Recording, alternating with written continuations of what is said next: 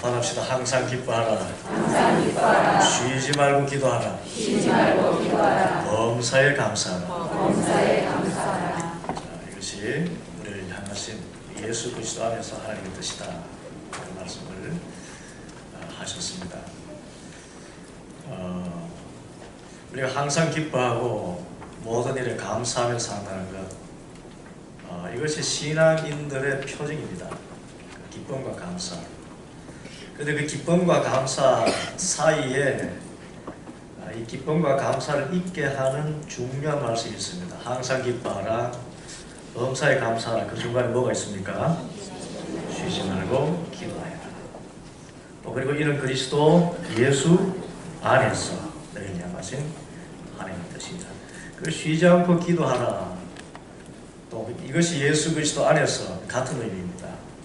그래서 우리 그리스도인들이 항상 기뻐하고 모든 일에 감사할 수 있는, 그리고 이 세상에 살면서도 이 세상을 넘어서 있는 삶을 살 수 있는 것은 바로 쉬지 않고 기도하는 것입니다.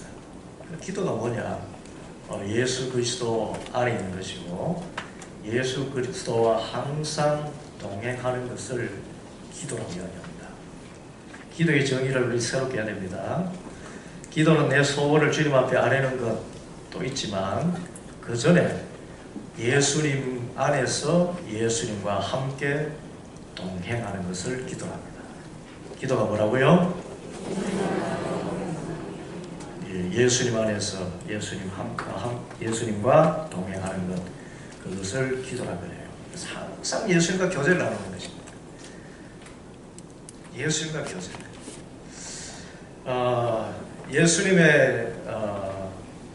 예수님과의 동행 일기는 처음에 영성일기라는 제목으로 우리 선한 목자교회의 유기성 목사님이 참 전국 교회 또 세계 교회를 향해서 예수님의 참된 제자가 되는 한 과정으로 만들어낸 그런 이 제자 훈련 과정입니다. 그런데 예수님 동행 일기 혹은 영성 일기라는 것은 그래서 예수님의 제자가 되는 가장 중요한 길을 제시하는 의미에서 기존의 제자 훈련과는 상당한 차이가 있습니다. 기존의 제자 훈련은 그야말로 훈련이라 그래서 말씀을 읽고 실천 과제를 가지고 또 과제를 해내고 하는 그런 일이었습니다만은, 이분이 다르게 통찰한 것은 제가 통찰한 것과 같습니다. 우리 신앙생활의 목표를 어떻게 하면 이 세상에서 잘 먹고 잘 입고 잘 사느냐, 이 세상적인 것에 두지 않고 어떻게 하면 예수님과 좋은 관계 안에서 바르게 살아가느냐, 이것에 기준을 둘 때 그 신앙생활이 기쁨과 감사로 이어진다는 것을 이분이 알고 그래서 예수님의 사람으로서 제자가 되길 원하는 사람은 사실상 예수님과 동행하는 사람이 되어야 된다. 그럼 어떻게 하면 예수님과 동행할 수 있겠는가? 그것은 24시간 예수님을 생각하는 것입니다. 동행이라는 것이 그 의미입니다. 24시간 동안 어느 순간마다 예수님을 생각하고 예수님을 느끼고 또 예수님을 믿고 살아가는 것, 그것이 훈련되지 않으면 말씀이 나오겠습니다만 마귀의 시험에 우리는 그대로 넘어지고 맙니다. 마귀가 뺑 둘러싸고 있는데 마귀를 이기는 권세가 예수님 권세밖에 없는데 예수님께 주목하지 않으면 우리는 마귀에게 넘어질 수밖에 없어요. 그래서 24시간 어떻게 하면 예수님을 바라볼 수 있을까? 그 가운데 하나가 바로 예수님과의 동행 일기를 쓰는 것이다. 예수님과 내가 오늘 하루 동안에 얼마나 예수님과 함께 했느냐, 그것을 기록으로 남기는 것입니다. 이것은 우리 지난 학기에 저와 우리 중그룹으로 나눈 형성 훈련의 한 주제인 의식 성찰과 영성 일기, 그 내용과 같습니다. 우리 하루의 삶을 살아가는 다음에 시간을 역으로 거슬러 올라가면서 이렇게 다시 묵상하게 되죠. 오늘 아침에 큐티 했던 그 말씀을 가지고 묵상하기도 합니다. 그러면서 오늘 내가 과연 하나님과 동행했던가, 어떤 때 하나님을 내가 느꼈으며 어떤 때는 하나님과 전혀 상관없이 혼자 있다고 생각되었던가, 그것을 이렇게 반성하면서 이렇게 기록해 나가다 보면 예수님과 떨어져 있던 그 순간이 내가 죄를 짓는 순간이었고, 혹은 마귀의 어떤 유혹에 넘어가 있는 순간이었고, 혹은 세상적인 어떤 발걸음을 하는 순간이었다는 것을 깨달아 알게 되기 때문에 그것을 기록으로 남기면서 정말 예수님과 함께 동행해야 되겠다는 것을 새롭게 다짐하게 되고, 그래서 점점 예수님을 닮아가게 되는, 그래서 영성일기가 영성 훈련의 아주 중요한 도구라는 것을 우리 지난 학기에 우리 중그룹과 나눈 적이 있습니다. 예수님과 동행일기는 그래서 이 영성이라고 하면, 영성이라는 것은 우리 기독교에만 있는 것이 아니고 다른 불교에서도, 불교나 타 종교에서도 영성을 이야기합니다. 영성은 어떤 초월적인 이 세계를 경험하는 능력이라는 그런 의미로 일반적으로 해석이 됩니다. 그런데 우리에게 절대적인 초월자는 누구시죠? 하나님이시지 않습니까? 그래서 우리 기독교 영성은 이 세상이 말하는 영성과 달리 하나님을 만나고, 같은 의미입니다만 삼일체적으로 하나님을 만나고 예수님을 닮아가며 성령 하나님의 인도하심을 따라 사는 삶이다, 그렇게 정의를 해요. 다시 한번요, 우리 기독교 영성이 뭔가 하면 하나님을 만나고 예수님을 닮아가며 성령님의 말씀을 따라 행하는 삶이다. 이것이 바로 영성, 기독교 영성이라고 할 수 있습니다. 그래서 단순히 영성일기라고 하다 보니까 많은 사람들이 오해를 합니다. 이 문학가들도 영성을 이야기합니다. 예? 어떤 미술 화가들도 보면, 이야, 저 사람 진짜 영감이 있다라고 할 때 영성을 이야기하는 것입니다. 어떤 초월적인 세계를 그려낸다. 그래서 이 선한 목자 교회에서 위지엠이라는 이 사역 가운데 이걸 영성일기라고 하면은 좀 여러 가지 혼란스러울 수 있다. 우리 기독교적인 영성을 가장 함축한 그런 의미가 있는가? 그것이 바로 예수님과 동행일기로 바뀐 지 이제 한 1년 정도 명칭이 바뀌었습니다. 여전히 책은 영성일기로 이렇게 나오기도 하고 합니다만은, 앞으로는 예수님과 동행일기로 이렇게 바뀌었습니다만, 그 내용은 그렇습니다. 자, 우리 10쪽을 펴보시죠. 예수님과 동행일기에 그 개요가 있습니다. 우리가 왜 예수님과 동행일기를 쓰고자 하느냐? 그것은 예수님과 몇 시간요? 24시간. 어떤 동행? 친밀한 동행을 하기 위해서 하는 것입니다. 이것이 예수님과 동행일기를 쓰는 목표입니다. 자, 많은 목회자들이 어떻게 하면 목회를 잘할 수 있을까 고민하고, 저도 그렇죠. 저도 목회를 잘할 수 있을까 고민하고, 성도도 마찬가지입니다. 어떻게 하면은 신앙생활을 정말 행복하게 할 수 있을까? 목회자는 목회의 고민이라는 것이 성도들에게는 행복한 신앙생활의 고민과 같은 것입니다. 그런데 그 결론이 뭔가 하면은, 저도 마찬가지입니다. 제가 얻은 결론과 이 유기성 목사님이 얻은 결론이 같기 때문에 제가 이것을 우리 장안제일교회에 소개하는 거예요. 그것은 신앙생활의 목표 또는 목회의 목표를 교회의 부흥이나 성장이나 또는 이 세상에서 잘 먹고 잘 입고 잘 살고 모든 길들이 열려지는, 소위 말하는 세속적인 어떤 복을 누리는 것에서 예수님 자체로 바꾸는 것입니다.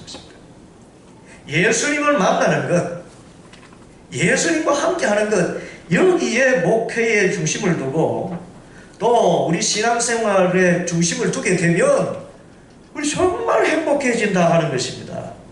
여러분, 저 안산제일교회의 고훈 목사님을 아실 것입니다. 이분이 중병을 암으로 투병했지 않습니까? 그러면서 많은 성도들이 기도하면서 영상에서 회복되기를 기도했습니다. 이 고훈 목사님이 정말 그 대형 교회를 사역하면서 너무나 힘들고 지쳐서 그런 병상에서 이렇게 있을 때에 그때 병상에서 주님께 주신 말씀이 이렇다 합니다. 너는 나를 위해서 뭔가를 하려고 하지 마라. 너 목회를 할 때 나를 위해서, 하나님을 위해서 네가 뭐 한다고 생각하지 마라. 네가 할 일은 하나님의 일은 내가 한다. 하나님의 교회이기 때문에 이 교회는 내가 목회한다. 네가 할 일은 나로 충만하기만 하면 된다. 성령 충만하기만 하면 된다는 거예요. 다른 말로 예수님의 영으로 충만한 삶. 온 삶이 예수님과 함께 있는 그 삶이면 충분하다는 거예요. 너 목회를 한다고 이렇게 분주하게 뛰어다닐 생각하지 말고, 그 목회는 내가 알아서 내가 한다. 내 양들이기 때문에 내가 알아서 먹이기 입히는데 네가 할 일이 있다. 그래서 나하고 친하게 지내는 것이다. 그래서 그 이후에 그분의 목회가 확 바뀌었습니다. 병상에서 회복되고 나서요, 오직 주님만 바라보는 목회, 주님과 동행하는 목회로 바뀌었습니다. 예레미야 선지자가 이스라엘 두 가지 죄를 지적합니다. 예레미야 2장 13절이지요. 우리 함께 읽습니다.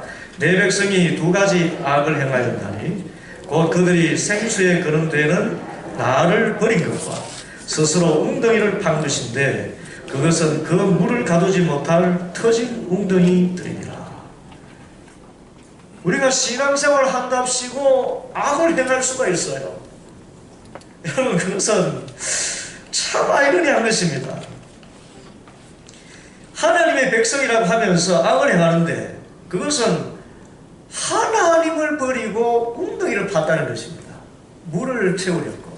그 웅덩이를 팠다는 것은 하나님이 아닌 당시에 애굽이나 아수르 같은 강대국을 의지한 것을 이야기합니다. 그 웅덩이. 그래서 하나님을 목표로 하는 신앙생활이 아니고 에집트라든지 애국같이 어떤 웅덩이를 차서 물을 채울 수 있는 그런 세상적인 울타리를 만드는 것에 신앙생활의 목표를 받은 것, 이것을 하나님은 악이라고 이야기했습니다. 그래서 우리가 이 신앙생활을 한다면서 비행하겠습니다만 신앙생활과 교회생활은 사실 엄밀한 의미에서 같은 말이 아닙니다. 자칫 신앙생활 한다고 하면서 종교생활이 될 수가 있어요. 교회생활이고 신앙생활인 것으로 출석해서 예배 보고 가는 것, 봉사하고 가는 것, 이것을 신앙생활이라고 오해하기 쉽습니다. 그것은 물을 저축하지 못할 터진 웅덩이를 파거나 그 웅덩이 만드는 것에 불과합니다. 우리 신앙생활의 진짜 목표는 생수의 근원인 하나님과 동행하고 하나님을 만나는 것인 줄 믿습니다. 그래서 우리 신앙생활의 목표를 이렇게 바꿔야 된다는 거예요. 자, 이것이 어쩌면 지금 우리 신앙인들의 영적인 상태라고 할 수 있습니다. 생수의 근원인 예수님은 생각하지 않고 예수님의 것, 교회 성장이라든지, 또는 우리 성도들의 입장에서는 집을 사고 자녀들 결혼 잘 시키고 또 좋은 직장 얻고 하는 이 예수님께서 덤으로 주시는 이것이 우리 영생에 전혀 영향을 미치지 못하는 그것에 목적을 두고 있는 그런 모습이 우리의 현재 모습이 아닌가. 그래서 이사야 36장에 보면은 이 아수르의 이 왕이 히스기야 당시에 랍사게라는 장수를 이렇게 보내가지고 이제 예루살렘을 치려고 하면서 이렇게 조롱하듯이 묻습니다. 이사야 36장 4절에 네가 믿는 바 그 믿는 것이 무엇이냐 그렇습니다. 이거 아주 중요한 거입니다. 네가 믿는 바 그 믿는 것이 무엇이냐. 여러분 믿는 게 뭡니까? 자, 아수르가 에워쌌습니다. 그래서 히스기야에게 묻습니다. 네가 믿는 게 뭐냐?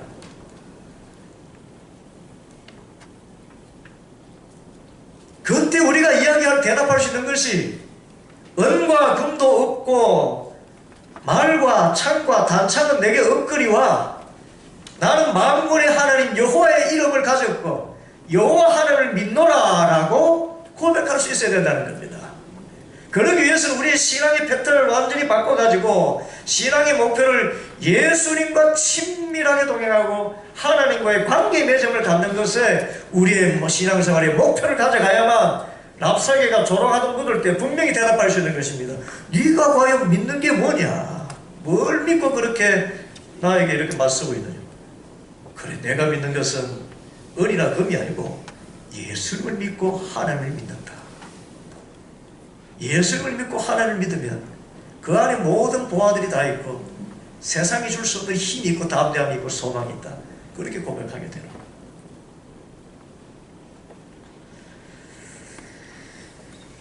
우리가 이제 흔히 전도하면서 이렇게 이야기하지요. 예수 그리스도 행복의 시작입니다. 우리 전도지에도 그렇게 많이 있고. 그런데 실제 제가 만나보는 많은 목사들이 또 목회자들 또 신앙인들이 신앙생활 하면서 그렇게 행복하지 못한 분들을 많이 봅니다. 예. 심지어 이 전도를 한다고 하면서도 스스로는 굉장히 불행해하는 그런 분들이 있습니다. 그 이유가 뭘까요? 예수님을 믿는다 하면서 예수님을 행복의 시작이라고 이렇게 이야기하면서 내가 행복을 느끼지 못하는 이유가 뭡니까? 이것은 예수님과의 관계를 맺지 않고 예수님에 대해서 아는 것을 신앙생활의 목표로 삼거나 예수님께서 더해 주시는 것에 신앙생활의 목표로 삼기 때문입니다. 다른 말로 예수님과의 관계가 문제인 것입니다. 성령께서 지금 물으시는 것이 이것입니다. 네 안에 사는 분이 누구냐? 관계를 묻는 것입니다. 우리가 예배할 때, 하나님 예배할 때 항상 성령께서 들려주시는 음성이 이것입니다. 네 안에 사는 이가 누구냐? 너는 지금 무엇으로 사느냐? 그래서 리저 하워드라는 분이 중보기도라는 책에서 같은 물음을 물었습니다. 네 안에 있는 이가 누구냐? 여러분 안에 있는 분이 누굽니까? 여러분 자입니까? 예수님입니까? 내 지금 이 보좌에, 내 자존심의 가장 높은 영역에, 그럼 나라고 생각하는 바로 그 자리에 내가 예수님을 모셔놓고 있습니까? 아니면 예수님은 저 옆으로 젖혀놓고 내가 그 자리에 앉아서 기억나면 예수님을 끌어당기고 기억나지 않으면 예수님을 아예 문 밖으로 내밀쳐놓고 있습니까? 우리에게 물어지는 결정적인 물음이 이것입니다. 네 안에 사는 이가 누구냐? 네가 진짜 네 내면에서 관계 맺고 있는 것이 무엇이냐? 너 자신과의 관계냐? 이 세상 욕심, 욕망과의 관계냐? 아니면 진짜 예수 그리스도와 네가 관계를 맺고 있느냐? 우리 모두에게는 예수님이 나의 보좌에 앉아 계심을 믿습니다. 그것이 항상 고백되고 믿어져야 됩니다.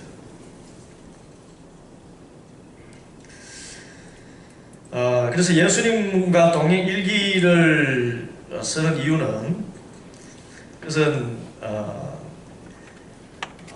우리의 모든 신앙생활의 초점을 세상 어떤 것에 두는 것이 아니라 누구에게 초점을 맞춘다고요? 예수님에게 초점을 맞추는 것입니다. 히브리서 12장 2절 말씀을 우리 한번 읽습니다. 함께 시작. 믿음의 주요 또 온전하게 하시는 이신 예수를 바라보자. 자, 믿음의 주라는 말은 우리가 믿는 주님이란 뜻입니다. 누구시라고요? 우리가 믿는 주님. 우리가 믿는 주님 또 온전하게 하시는 이신 누구를 바라보자? 예수를 바라보자 라고 이야기합니다. 그러니까 우리가 예수님을 믿는다면 예수님을 어떻게 하라고요? 바라본다는 겁니다. 예수님을 믿는 자는 예수님을 바라봐야 된다는 겁니다. 그런데 바라보다라는 말의 영어 표현은 Let us fix our eyes on Jesus입니다. fix라는 것은 못을 박듯이 앞점을 딱 꽂듯이 고정시키는 것을 fix라고 이야기합니다. 우리의 눈을 예수님께 고정시키는 거예요. 누구에게 고정시킨다고요? 예수님께 고정시키는 것입니다. 진짜 예수님을 믿는다면 우리의 눈을 예수님을 보는 데 가 있어야 되지, 예수님을 아는 어떤 다른 주변 지식에 가 있는 것이 아니고 예수님 자체를 보는 것에 가 있어야 우리가 바른 믿음을 갖게 된다는 것입니다. 예수님과 동행 일기를 쓰면서 추천한 여러 교재 가운데 프랭크 루박 선교사가 쓴 프랭크 루박의 편지라는 책이 있어요. 나중에 여러분들이 참고 서적이 뒤에 실려 있습니다만은 그 상황과 배경이 그렇습니다. 이분은 필리핀의 회교도들을 대상으로 선교하시던 분이었습니다. 그런데 선교를 하면서 45이 되도록 45세가 되도록 그 선교하는 일에 만족을 느끼지 못했습니다. 하나님께서 정말 내 모든 삶에 함께 하실까? 정말 24시간 하나님과 함께 있다는 그런 친밀감을 느끼며 사역할 수 있을까? 어느 날 그것이 고민되기 시작했습니다. 신앙생활 행복이 없으니까요. 그래서 1930년에 이 질문에 답을 찾는 실험을 합니다. 매분 1분마다 하나님을 바라보고 하나님 인도에 가기를 기다리는 것입니다. 그래서 프랭크 루박의 편지에 보면 1분마다 어떤 분은 손에 1분마다 알람을 해가지고요. 1분마다 그때 주님이라고 그죠? 한마디지만 주님이라고 말하게 해요. 주님 안에 계신 곳이 없기 때문에 항상 1분마다 자신에게 입으로 주님이라고 이야기할 수 있는 그런 생활을 하는 그런 실험을 했습니다. 참 실험이지만 정말 영적인 훈련이라 할 수 있죠. 1분마다. 여러분 어떻게 1분마다 주님이라고 이야기할 수 있어요? 저도 설교하다 중간에 이렇게 주님 이렇게 이야기하기 얼마나 어렵습니까? 사람들과 대화하면서. 근데 마음속으로 1분이라는 시간마다 주님이라고 이야기하도록 그렇게 자신을 훈련시켰다는 것입니다. 그 결과 그리고 하루하루의 삶을 일기로 기록했습니다. 주님이라고 부르면서 내가 주님과 동행했느냐 동행하지 못했느냐 이것을 깨닫고 또 느꼈던 그런 것에 대해서 일기로 기록했습니다. 그 결과 6개월 만에 하나님과 동행하는 삶에 눈이 열려서 그 선교 생활을 얼마나 행복하고 기쁘게 했는지 모른다 그럽니다. 저 역시 마찬가지입니다. 어느 날 주님과 함께하는 삶에 눈이 뜨이니까 정말 기쁨이 와요. 얼마나 행복하게 오는지 몰라요. 미래에 대한 염려가 다 사라졌어요. 아무 염려가 오지 않아요. 주님과 함께 있다는 거예요. 우리가 계속 뒤에 가면서 우리가 찾게 되는 행복이 그겁니다. 주님이 함께 계시는데 나를 사랑하사 나를 위하여 피 흘려 죽기까지 하신 주님, 온 우주 만물을 창조하신 주님께서 나와 함께 계시는데 그리고 그분을 24시간 눈이 떼지 않고 볼 수만 있다면, 에녹처럼 주님과 동행할 수만 있다면 그는 죽음을 보지 않고 꼼짝도 하지 않습니까? 죽음 가득한 이 세상에서 죽음이 아닌 세계를 경험하며 살 수도 있다. 그 결론에 같이 도달했어요. 그래서 예수님과 동행이라는 것은 잠자리에서 일어날 때부터 잠자리 들 때까지 내가 예수님을 얼마나 생각했는가 그거 기록하는 것입니다. 여기 기본적인 쓰는 일지 형태로 쓰는 그것부터 우리가 시작합니다. 아주 쉽고 단순합니다. 그러나 이 훈련을 하게 되면 프랭크 루박처럼 6개월이 지나면 여러분이 눈이 확 열려가지고 이 세상, 이 신앙생활이 얼마나 기쁘고 즐거운지를 알게 됩니다. 그래서 단순한 제자 훈련보다 먼저 영성, 예수님과 동행 일기 훈련부터 여러분에게 소개를 하는 것입니다. 얼마나 귀한지 몰라요. 그리고 예수님과 동행 일기도 일기 쓰는 게 초점이 아니라 내가 얼마나 예수님을 바라보고 내 눈을 진짜 예수님께 고정시켜서 믿음해주고 내가 믿는 주님은 나를 온전케 하시는 예수님인데 그 예수님을 얼마나 내가 한순간도 놓지 않고 바라봤느냐, 여기에 이것을 평가하는 데 초점이 있는 것. 그것이 영성일기, 예수님과 동행일기. 저도 입에 영성일기가 붙어서 그렇게 이야기합니다만 제가 영성일기 하더라도 여러분들은 예수님과 동행일기로 받으시기 바랍니다. 제가 바람풍 해도 여러분은 바람풍으로 알아들으셔야 됩니다. 해봅시다. 영성일기.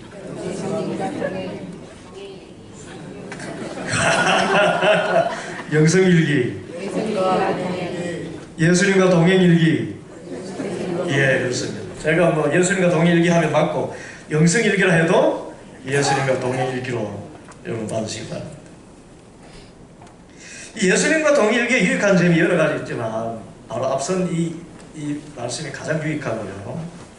두 번째 유익한 것은 좀 뒤에 소개되겠습니다만 이 구역마다 영성일기 그룹을 카톡이나 밴드가 이렇게 왜 만들어져 있습니다. 여기에 가입하시게 되면 매일매일의 예수님과 동행한 그런 소감들을 나누게 돼요. 그래서 이 현대 문화 속에서 진짜 건강한 공동체, 지금 우리가 구역 모임은 사람들 주일만 모여서 이렇게 이야기를 할 수밖에 없지 않습니까? 오프라인이라 그러죠. 예, 실제로 만나야 되는 거. 그런데 지금 문명이 일하고 있는 휴대폰을 통해 가지고 거기에서 여러분 카톡 요즘 대부분 다 하시지 않습니까? 예, 못 하시는 분들도 문자를 이용하기도 합니다만은. 그래서 여기에 함께 매일매일 참여해서 자신이 오늘 예수님과 동행했던 그런 아주 작은 단편이지만 그런 것을 나누고 또 기도 제목을 올리기도 하고 그렇게 되면 그 구역 식구들이 하나가 돼가지고 그러니까 매일매일 그 근황을 다 알게 되는 것입니다. 매일매일 그 서로의 이야기를 알게 되고 또 예수님과 동행하는 그 정도를 알게 되고 또 서로가 또 이렇게 함께 하기 때문에 그 일기를 혼자 쓰게 되면은 며칠 못하고도 포기하게 되는 경우가 많습니다. 그런데 그래서 매일 독려하는 이 댓글을 이렇게 정성스럽게 달아주는 분이 있고요. 또 리더가 되는 분들은 그 방장이 되셔가지고 영성 일기에 이 전체를 이렇게 빠지지 않고 인도하고 참여하게 됩니다. 이렇게 하다 보면은 주일날 만나게 되면 이미 주중에 나누었던 기도 제목을 다시 나누게 되고 또 서로의 아픔과 서로의 기쁨도 나누게 되고 그리고 또 말씀도 이렇게 묵상하면서 나누고 이렇게 하기 때문에 그 구역이요 흩어져 있어도 공동체성을 유지하게 되고 모이게 되면 더 밀접한 공동체성을 유지하게 되고 그래서 이 영성일기가 지금 이 시대에 우리 교회에 주신 정말 이 공동체성을 키우는 아주 좋은 그런 장이 되고 있다는 것입니다. 바로 그런 유익이 있습니다. 그런데 예수님과 우리가 주의할 것은 예수님과 동행일기는 은혜를 담아내는 그릇이지 그 자체가 우리에게 예수님과 동행하게 하는 힘을 주는 것이 아닙니다. 예수님과 동행일기에는 거기에는 개인 기도한 내용도 올릴 수 있고 큐티한 내용도 읽고 성경을 읽거나 또 설교를 들었을 때 감동받은 그런 내용을 올릴 수도 있습니다. 그래서 동행일기만 쓴다고 해서 예수님과 동행하는 것이 아니고 말씀을 듣고 기도하고 또 성경을 읽고 또 전도하고 또 실제 살아가면서 경험했던 것 이 모든 것이 함께 아우러져서 그것을 담아내는 그릇이 바로 영성일기라는 것 이것을 기억해야 된다는 것입니다. 그리고 더 중요한 것은 기록으로 남겨야 이런 영적인 자신의 어떤 그 여러 흐름들을 기록으로 남길 때 성장이 있어요. 말씀도 여러분 이렇게 기록하는 습관 한번 들여보세요. 제가 설교할 때에 여러분 이렇게 앉아서 이렇게 그냥 듣는 것도 중요하지만 뭔가 핵심적인 그날 받은 메시지 같은 거 한번 기록을 한번 해보세요. 기록을 해보면 그 기록하는 것과 그냥 듣고 있는 것과는 굉장히 큰 차이가 있습니다.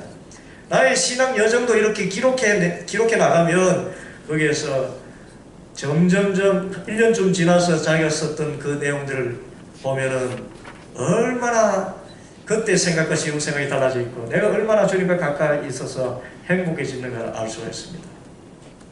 그거 가장 중요한 것은 예수님과 동행하려는 항상 예수님을 바라보는 것 항상 예수님과 함께하는 끈이 된다는 것 그것을 말씀하고 있는 것입니다. 우리 한번 받아봅시다. 24시간 예수님을 바라보라. 24시간 예수님을 바라보라. 마음에 예수님을 왕으로 모시라.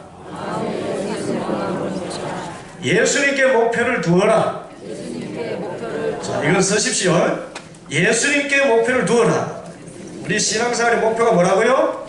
예수님 자체입니다. 예수님과 동행하는 것, 이것이 신앙생활의 목표여야지 내 기도에 육적인 소원 이루는 것, 이것이 목표가 아닙니다. 예수님께서 요한복음 10장 10절에 내가 온 것은 양으로 생명 얻고 더 풍성히 얻게 하려 함이라. 이것이지.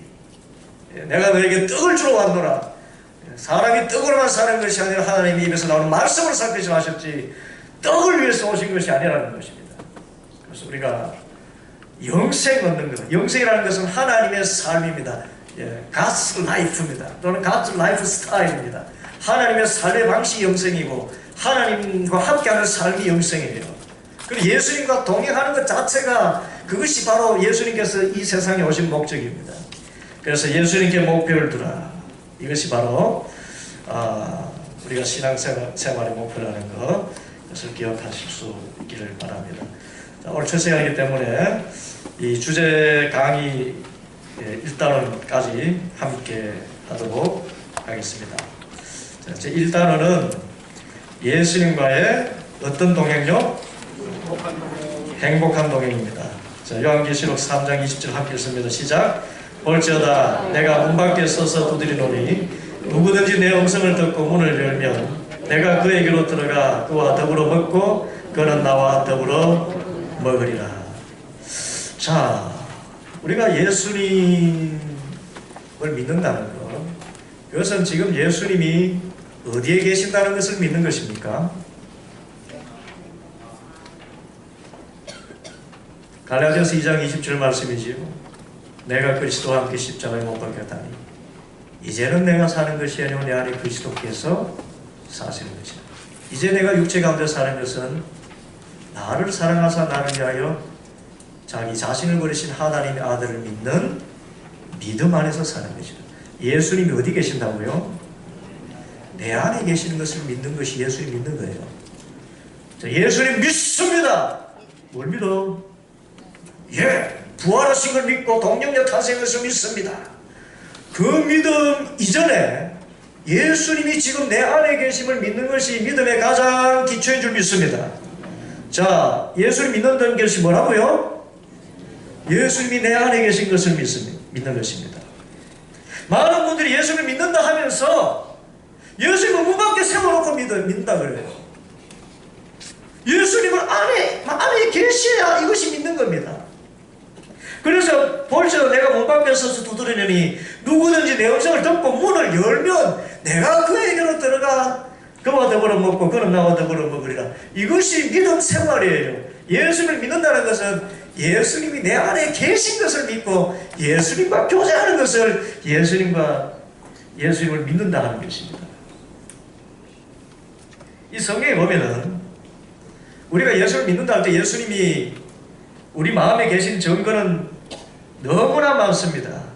이 내용은 굉장히 중요한 내용이기 때문에 제가 성경 구절 읽어드립니다. 첫째는 우리 17쪽에 보면 예수님께서 우리 내 마음에 계신 증거, 첫째는 고린도전서 12장 3절이죠. 첫째는 뭡니까? 여러분 예수님을 주님이라 시인하십니까?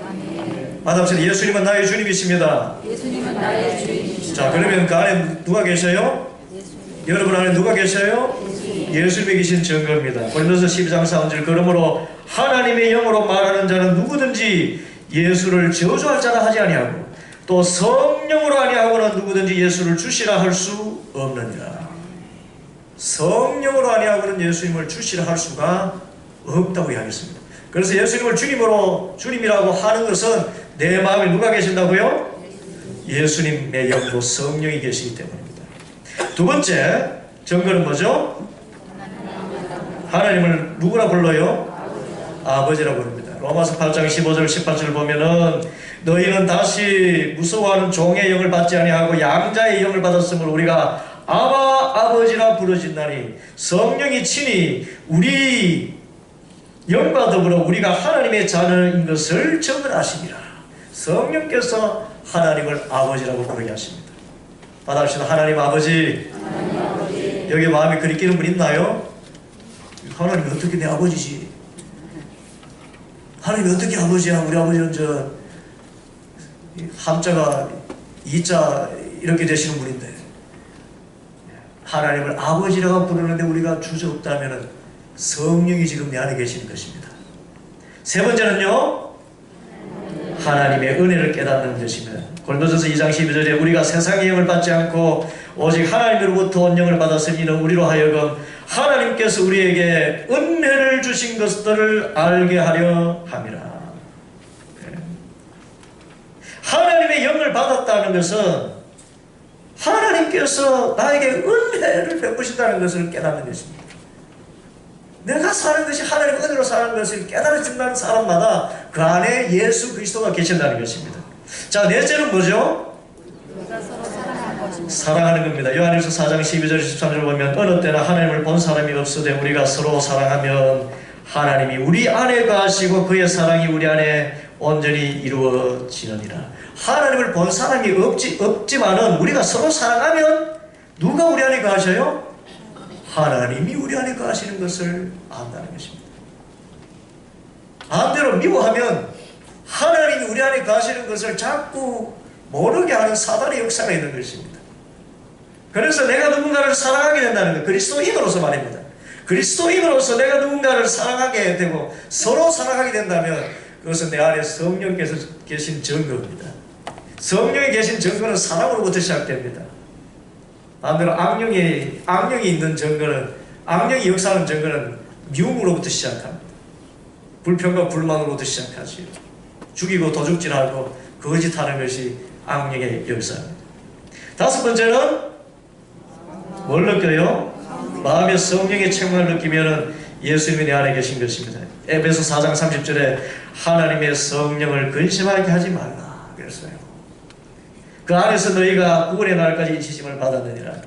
성령이, 우리가 내 안에 계신 성령께서 나를 구원하실 때까지 성령 하나님께서 내 안에 계신다는 것입니다. 그래서 근심하게 한다는 것은 죄를 범하는 성령께서 탄식을 하시지요. 성령께서 정말 안타까워하시고 마음에 심장을 두근두근거리게 하시거나 정말 마음에 불안한 생각을 주시거나 죄를 지을 때 그런 신호를 주시기도 합니다. 그런 양심의 가책, 말씀에 비추어서 내 마음의 가책이 느껴진다면 내 안에 성령이 계신 증거입니다. 그래서 책망을 느끼는 것도 얼마나 감사한 일인지 몰라요. 여섯 번째는 뭐죠? 하나님을 향한 소원이 생기는 것입니다. 누구를 향한 소원요? 하나님을 향한 소원이 생기는 것. 빌립보서 2장 13절에 너희 안에 행하시는 이는 하나님이시니 자기의 기쁘신 뜻을 위하여 너희에게 소원을 두고 행하게 하시느니라. 내 안에 계신 하나님께서 소원을 주시는데 하나님을 향한 소원을 주신다면 하나님 더 사랑하고 하나님 더 가까이 하고 주님의 일에 더 힘쓰고자 하는 소원이 생기게 한다면 그것은 예수님이 내 안에 계신 증거라는 것입니다. 마지막 일곱째는요, 복음을 전하게 된다면 사도행전 1장 8절 오직 성령이 너희 안에 가시면 너희가 권능을 받고 예루살렘과 온 유대와 사마리아와 땅끝까지 이르러 내 증인이 되리라. 그래서 전도하는 사람은 100% 예수 그리스도를 영으로 충만한 사람들입니다. 그래서 내게 복음의 전도 열정이 있다면, 그리고 전도하고 있다면 내 안에 분명히 예수님이 계시는 것입니다. 그런데 바로 이 우리 안에 계신 예수님, 우리 안에 계신 이 예수님이 지금 내 안에 계신다는 것을 믿는 것이 우리의 믿음이다. 그런데요, 우리가 믿는 자는 행복해지지 않습니까? 예수 믿으면 행복해집니다. 왜 그렇습니까? 자, 오늘 말씀 다시 봅니다. 요한계시록 3장 20절 다시 한번 읽습니다. 시작. 올지어다 내가 문 밖에 서서 두드리노니 누구든지 내 음성을 듣고 문을 열면 내가 그에게로 들어가 그와 더불어 먹고 그는 나와 더불어 먹으리라. 여러분 여기 보십시오. 예수님께서 왜 우리 안에 오시죠? 예수님이 들어오시면 어떻게 하신다고요? 먹고 먹겠다. 교제입니다. 예수님이 내 마음에 들어오시는 목적은 나와 더불어 먹겠다는 것입니다. 식탁에 교제를 하시겠다는 거예요. 예수님의 그 살과 피를 나누는 그 교제. 나를 사랑하셔서 나와 정말 친밀하게 자신의 살과 피를 나눠주시는 그 먹고 다시 함께 먹고 마신다는 것이 바로 그런 의미입니다. 예수님의 피를 함께 마시고 예수님의 살을 함께 먹고 마시는 교제입니다. 관계입니다. 저 북한에 2015년 1월에 억류되어가지고 북한이 구호 사업을 하던 임현수 목사님이 계셔요. 31개월 만에 풀려났습니다. 임현수 목사님. 이분이 2년 반 동안 북한에 억류되어 있으면서 식사 혼자 했다고 합니다. 그런데 나중에 이분이 이런 고백을 했어요. 식사 때마다 나는 예수님과 함께 식사해서 전혀 외롭지 않았다.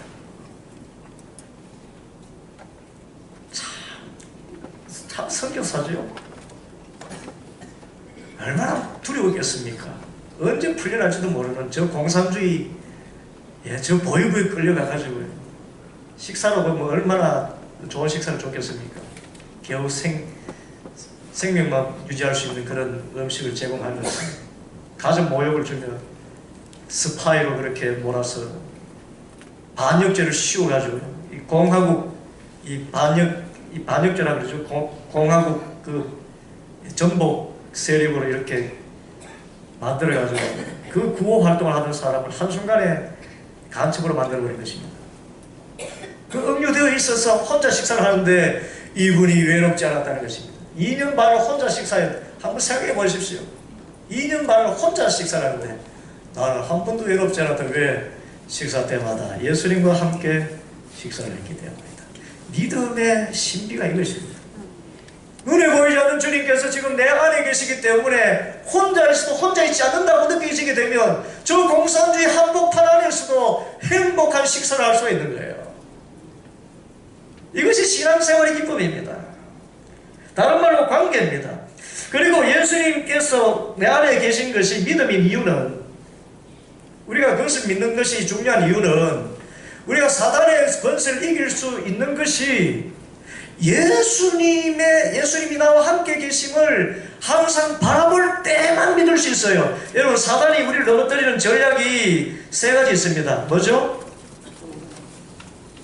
교제 다 좋지 않습니까? 뭐죠? 돈과 성과 권력입니다. 여기에 넘어지지 않는 사람이 잘 없어요. 사실 거의 없습니다.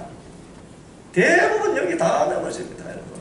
목사도 넘어지고요, 장로도 넘어지고 다 대부분 넘어집니다. 대부분 넘어져요.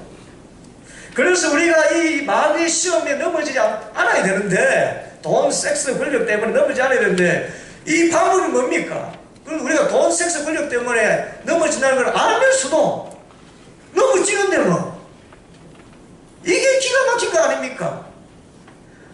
이것이 사탄의 전략임을 알면서도 꼼짝없이 넘어지는 자신의 모습을 볼 때 기가 막힐 것 아닙니까? 적이 어떤 전술을 쓰는지 훤히 알면서도 아무리 방비하고 끊어내겨도 안 되는 것. 그런데 이 마귀의 전략을 이길 수 있는 유일한 방법은 마귀의 역사를 보지 않고 내 눈을 누구에게 고정시킨다? 예수님에게 고정시키는 거예요. 마귀를 이기는 권세가 누구의 권세죠? 예수님 권세밖에 없어요. 죄를 이기는 권세가 예수님밖에 없습니다. 죄를 사하는 권세도 예수님밖에 없습니다. 진실로 거룩하신 하나님의 아들은 예수님밖에 없습니다. 그 거룩하시고 완전하신 주님만 바라보고 있으면 그 돈, 섹스, 권력에 대해 가지고 이렇게 눈길을 주지 않기 때문에 그 유혹에 아예 넘어가지 않는 것입니다. 그래서 우리가 죄를 이기는 방법은 예수님만 바라보게 되는 거. 지금 내 안에 계신 예수님을 항상 24시간 느낄 수만 있다면. 그런데 이게 우리가 예수를 믿는다는 거예요. 예수를 믿으면 사람이 변한다 그러잖아요. 돈, 섹스, 권력에 넘어지지 않고 의와 평강과 희락의 하나님 나라를 누리고 사랑과 희락과 화평과 오래 참음과 자비와 양성과 충성과 온유와 절제를 매 믿음의 덕을 덕의 지식의 절제를 절제의 인내를 인내의 경건을 경건의 형제 우애를 형제의 사랑을 공급받아서 하나님의 성품에 참여하게 되는 것. 이 변화가 어디서 옵니까? 주님 주실 줄 믿습니다. 이 믿음이 아니라 그 예수님이 어디에 계신다? 지금 내 안에 계심을 믿습니다. 안이 계신 곳이 없으신 줄 믿습니다. 내 눈을 누구에게만 고정하는 거? 예수님에게만 고정하는 거. 예. 믿음의 주요 또 온전하신 이신 예수님을 바라보자. 예수님을 주님으로 믿는다면, 그분이 나를 온전하게 하시는 이신 줄 믿는다면 그 예수님에게 내 눈을 고정시키라. 믿음이 있다는 것은 눈을 예수님께 고정시키는 것입니다. 그렇게 되면 마귀 권세를 이기는 것입니다. 그런데 예수님께 눈을 고정시키는 것은 하루아침에 되는 게 아니에요. 그래서 훈련이 필요합니다. 정말 신앙, 예수 믿으면 구원은 받습니다. 그죠? 그것은 값없이 거저주시기 때문에 구원을 받습니다. 그런데 정말 예수님을 참으로 믿고 항상 예수님과 동행하게 될 삶을 사는 것은 훈련이 필요해요. 그 훈련이라는 것은 내 눈을 항상 어떻게 하면 주님께 고정할 수 있을까? 그 훈련입니다. 이것을 우리는 영성 훈련이라 그러고 영성 형성 훈련이라 그렇게 하겠습니다. 지난 학기에 그 10가지 주제를 가지고 영성 형성 훈련에 대해서 이야기를 나눈 바 있습니다. 여러분, 우리가 예수님으로 충만한 것을 성령 충만이라 그러죠. 마가다락방에 120문도가 성령이 충만했습니다. 자, 성령 충만하는데 얼마나 걸렸죠? 방언을 말하고 10일이 걸렸습니다. 그런데 우리는 흔히 그 10일 만에 10일 동안 열심히 기도해서 성령 충만 받은 줄 압니다. 아닙니다. 이 120문도는요 이미 이전에 3년 동안 예수님과 함께 동행하던 분들입니다. 예수님과 동거동락하면서 3년을 동행했고요. 예수님을 따라다니던 사람들이고요. 빈들도 같이 가고요. 머리 둘 것 없는 그 자리도 같이 가고, 오병이어의 기적의 현장에도 같이 있었고요. 예수님 십자가에 달리는 그 자리에서도 가서 봤고요. 부활하신 것도 들었고요. 또한 눈으로 복도 했고요. 성천하신까지 같이 본 사람들이 이 120문도입니다. 그렇게 예수님과 동행하던 사람들이 집중해서 기도하니까 성령이 충만해진 것이지, 열을 그냥 작정해서 기도해서 성령 충만해진 것이 아니에요. 그래서 예수님과 동행하기 위해서, 그리고 예수님이 늘 함께하기 위해서는 예수님과 동행하는 그런 훈련이 필요합니다. 예수님 저 십자가 가는 길도 내가 걸어가 가보고, 예수님께서 오병이어 역사이라는 그 자리도 내가 가보고 하는, 그렇게 이렇게 가봐야 됩니다. 그런 과정들을 묵묵히 계속해서 끊임없이 훈련시켜야 됩니다. 그래서 우리의 지정의를 통해서 역사하시는 성령의 지도하심을 받아서 순종으로 나아가야 됩니다. 이 훈련이 필요한 거예요. 하루아침에 예수님께 눈이 100% 고정되어 가지고 이곳이 천국인지 이곳이 이성인지 이거 구분이 안 갈 정도 에녹처럼 그렇게 살아가게 하루아침에 그렇게 되는 것이 아닙니다. 에녹이 머두세라를 낳고 300년을 하나님과 동행했기 때문에 죽음을 보지 않고 온 것처럼 우리에게는 주님과 동행하는 훈련이 필요합니다.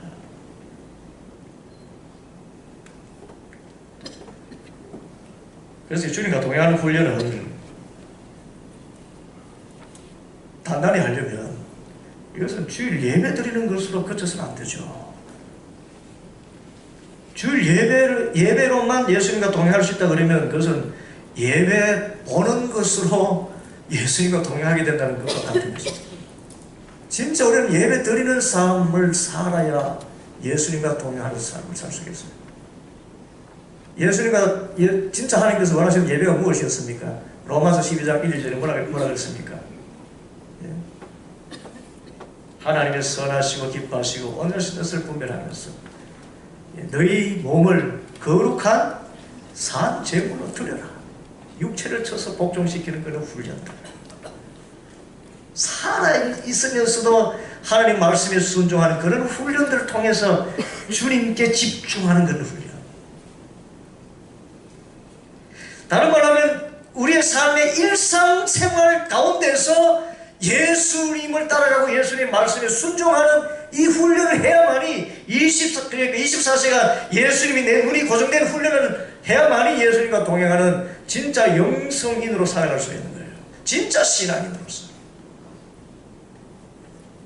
이것이 아브라함에게 나타납니다. 히브리서 11장 8절 한번 같이 읽습니다. 시작. 믿음으로 아브라함은 부르심을 받았을 때에 순종하여 장래의 유업으로 받을 땅에 나아갈새 갈 바를 알지 못하고 나아갔으며. 뭐라고요? 갈 바를 알지 못하고 갔어요. 가라 하는데 어디로 갑니까? 그때마다 지시할 땅으로 가는 것이지 그 땅이 어딘지를 모르고 갔습니다. 그때마다 지시하셨지. 자, 그것은 참 바른 해석이지요. 아브라함의 신앙의 목표가 어떤 목적지가 아니라 누구에게 집중하기를? 하나님께 집중하기를 원하시기 때문이다. 하나님과 동행하는 것이 아브라함을 갈대우리에서 꺼낸 목적입니다. 가나안 땅이 젖과 꿀이 흐르는, 소위 말하는 젖과 꿀이 흐르는 정말 저 롯데타워 같은 그런 어마어마한 부동산을 가지고 살아갈 그것 위해서 이끌어내신 것이 아닙니다. 그 목적으로 불러내신 것이 아니라는 거예요. 그것은 덤으로 주어질 뿐이지. 그리고 실제 가나안 땅에 돌았더니 뭐 그렇게 저는 뭐 롯데타워가 있었습니까? 타워 있었다 해도 자기 것이 아니었지요. 모두가 이미 가나안 족속들이 차지하고 있던 땅 아닙니까? 우리 일상입니다. 일상에서 하나님과 동행하기에 집중하게 되면 갈 바를 알지 못하지만 하나님께 집중해서 나가게 되면 어느샌가 하나님께서 의와 평강과 희락의 그 하나님의 나라 진정한 가나안을 우리에게 주실 줄 믿습니다. 이것이 신앙생활이 덤으로 얻는 기쁨이에요. 우리가 강단 기도를 하며 금요 기도를 하며 수요 기도를 하며 정말 부르짖어 기도하면서 그렇게 간구할 때에 응답받은 비밀이 뭡니까? 주님 앞에서 내놓고 주님과의 관계 안에서 주님 앞에 내 모든 사정을 내놓고 주님과 교제하기 힘쓰다 보니까 주님께서 그 안에서 내 길을 열어주시고 문을 열어주시는 것입니다.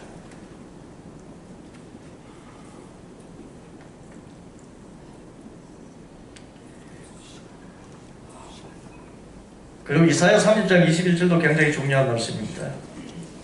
함께 읽습니다. 시작.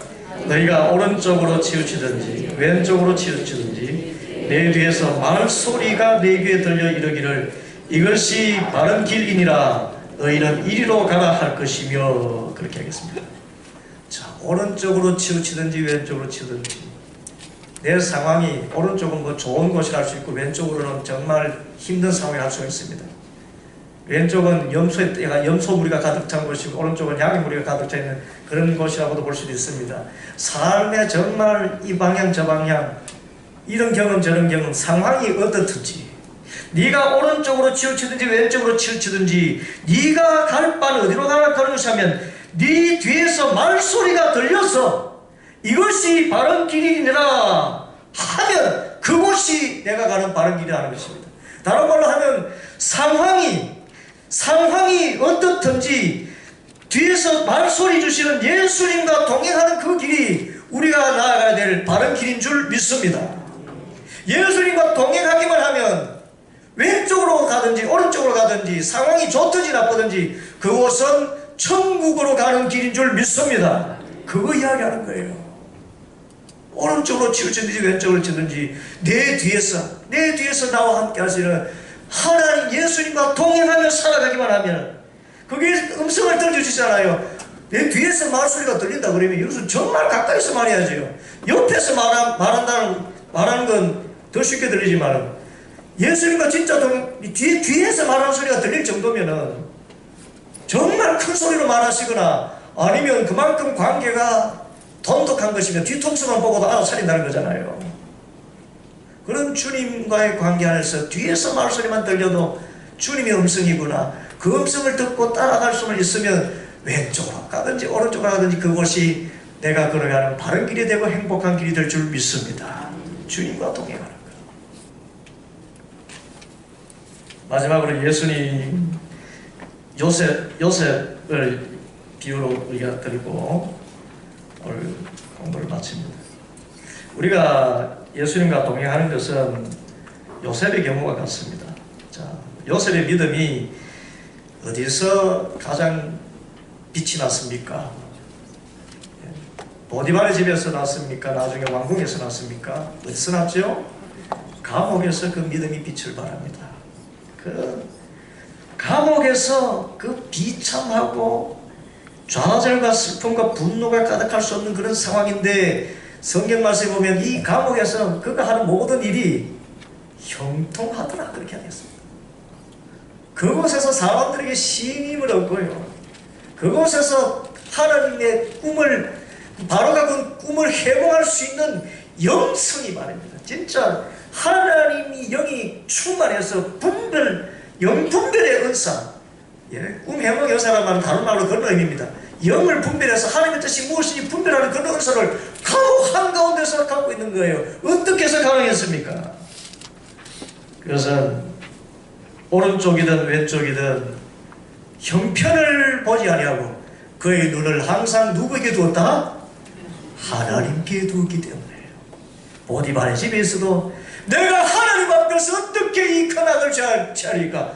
그 눈을 보디발의 아내에게 두었습니까? 보디발의 재물에 두었습니까? 하나님께 두었습니까? 하나님께 두었고 감옥에 가서도 하나님께 두었기 때문에 어디를 가든지 하나님께 두었기 때문에 감옥에 가서도 그렇게 행복한 시간들을 보내면서 살아갈 수 있겠다는 것. 이게 신앙생활의 즐거움이고 형통함이에요. 놀랍지 않습니까?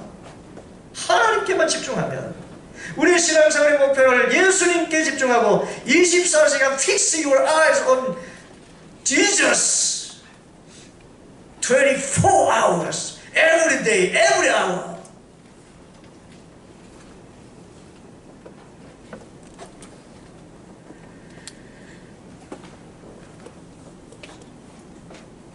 결론입니다. 어려운 환경에서 좋은 환경에도 마찬가지입니다. 어려운 환경에서 내가 주님을 원망하는 마음이 있다면 나는 예수님을 믿지 않는 겁니다. 불평이 있고 원망이 있다면 나는 예수님을 믿지 않는 거예요. 그 예수님은 어떤 예수님인가 하면 나를 위해서 피 흘려 죽으시기까지 나를 사랑하신 주님입니다. 로마서 8장 32절에 뭐라 그랬습니까? 그 아들을 우리를 위해서 내주시니까, 그 아들을 십자가에 내주시니까 그 아들과 함께 모든 것을 우리에게 주시지 않겠느냐. 좋으신 하나님이에요. 그런데 예수를 믿노라 하면서 불안해하고 염려한다는 것은 믿음이 부족하다는 것입니다. 왜 믿음이 부족합니까? 그 예수님을 보지 아니하고 환경을 바라봤기 때문에 그래요. 그래서 우리가 진짜 믿음의 사람이 있다는 것은 예수님과 행복한 동행을 할 때에 그가 참 믿음의 사람으로서 이 세상에 어떤 것도 이겨내게 될 줄 믿습니다. 함께 기도하십시다.